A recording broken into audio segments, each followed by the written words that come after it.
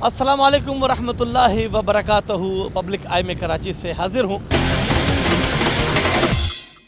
Sindh assembly में सबसे पहले उस MPA का इंटरव्यू आपको दिखाऊं जो पूरे असम्बली में अपनी पार्टी से एक ही है और वो मुंतखब हुए हैं बल्दिया से।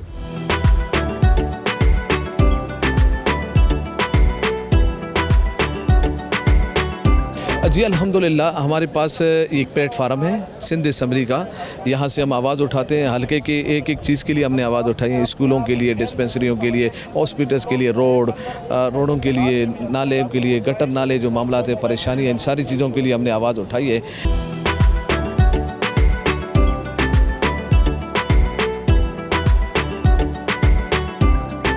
नहीं अल्लाह का शुक्र है। तकरीबन पानी तो 15 साल हो गया हम लोगों ने देखा भी नहीं है।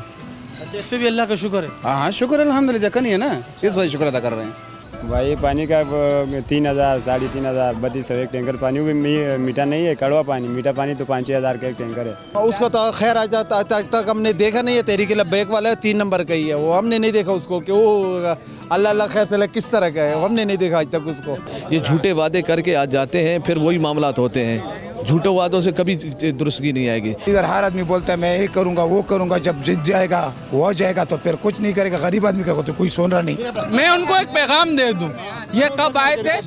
जब इनका मुहिम था, जब मुहिम चला रहे थे तब आए थे। उसके बाद लेने के लिए, वोट लेने के लिए बना के चले गए हमें क्या मामू।